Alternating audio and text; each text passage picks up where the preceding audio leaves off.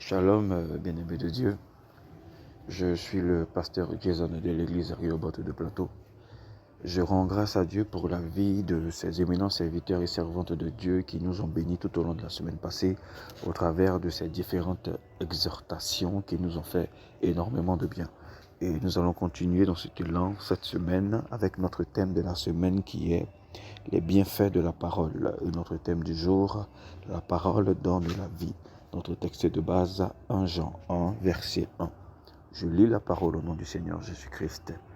Ce qui était dès le commencement, ce que nous avons entendu, ce que nous avons contemplé et que nos mains ont touché concernant la parole de vie. Amen. Lorsque je lis ce verset et que je regarde un peu notre thème du jour qui est la parole donne la vie, cela me fait penser automatiquement à un autre verset que nous connaissons tous, qui est dans le livre de Genèse 1, qui dit au commencement Dieu créa les cieux et la terre. Amen.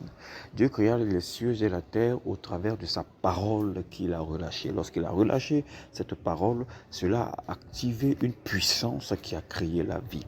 Je veux dire à quelqu'un que pour pouvoir influencer certaines circonstances et certaines situations de nos vies, il est important de pouvoir relâcher une parole. Mais pour relâcher cette parole, il nous faut connaître véritablement qui est le Dieu que nous servons au travers de sa parole qui réside dans la Bible. Amen.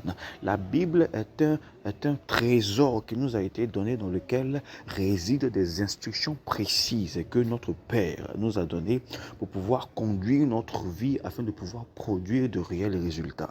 Nous ne pouvons pas dire être des enfants de Dieu, dire que nous sommes des chrétiens, dire que nous connaissons le Seigneur sans toutefois avoir une intimité réelle avec sa parole qui réside dans la Bible. Nous avons aujourd'hui tendance à ne pas chercher l'intimité parfaite avec Dieu, à ne pas chercher la connaissance de sa parole, à ne pas chercher à grandir avec lui, mais plutôt à vouloir avoir avec lui tout ce que nous désirons, être tout le temps en train de lui demander, être tout le temps en train de lui soumettre des requêtes. Mais de façon générale, nous ne prenons pas le temps d'étudier la Bible, de voir les mystères qui s'y cachent, de voir un peu ces instructions précises que Dieu nous a données pour que notre vie puisse refléter la puissance de sa parole qu'il a relâchée pour nous. Je vais inviter quelqu'un aujourd'hui à repenser un peu sa marche avec le Seigneur, à comprendre que les résultats que nous souhaitons avoir commence au préalable par la connaissance de la parole de Dieu qui nous donnera la capacité de pouvoir faire face à certaines situations. Lorsque nous sommes dans des moments troubles, lorsque nous sommes dans des moments difficiles, au lieu de nous mettre à nous lamenter et à pleurer, lorsque nous nous référons à la parole de Dieu dans le livre de Psaume 23, la Bible nous dit « Quand je marche dans la vallée de l'ombre de la mort, je ne crains aucun mal ».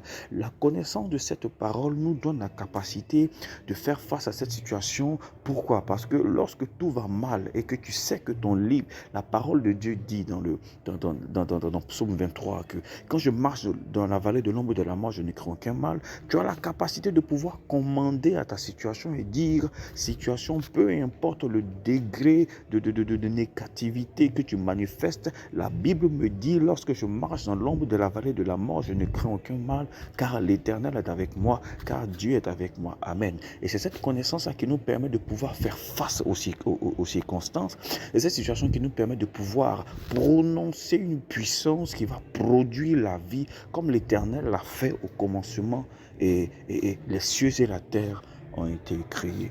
Je vais inviter quelqu'un aujourd'hui à comprendre que la Bible n'est pas un recueil de mots, mais la Bible est un recueil de puissance. La Bible est un recueil d'énergie puissante qui est capable de transformer et de modifier totalement notre vie.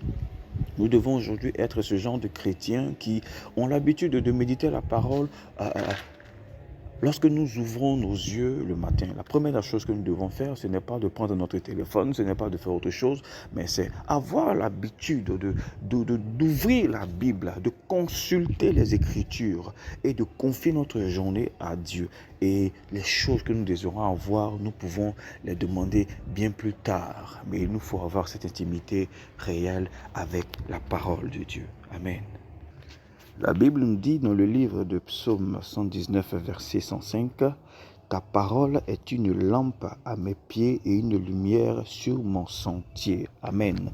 Lorsque nous sommes dans l'obscurité, c'est la parole de Dieu dans laquelle réside la vie, la lumière qui éclaire notre chemin et fait dissiper les ténèbres afin que nous puissions trouver notre voie et avancer selon les plans définis par Dieu pour nous.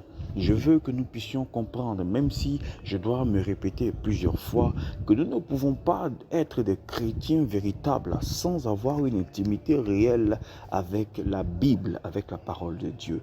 Je veux te dire, à toi qui m'entends en ce jour, pour avoir des résultats dans toutes les circonstances de ta vie, pour connaître véritablement qui est Jésus, savoir comment Christ a marché, savoir comment Christ a manifesté sa puissance sur la terre, il te faut avoir une intimité avec sa parole qui est la Bible. Que le Seigneur te bénisse. Shalom.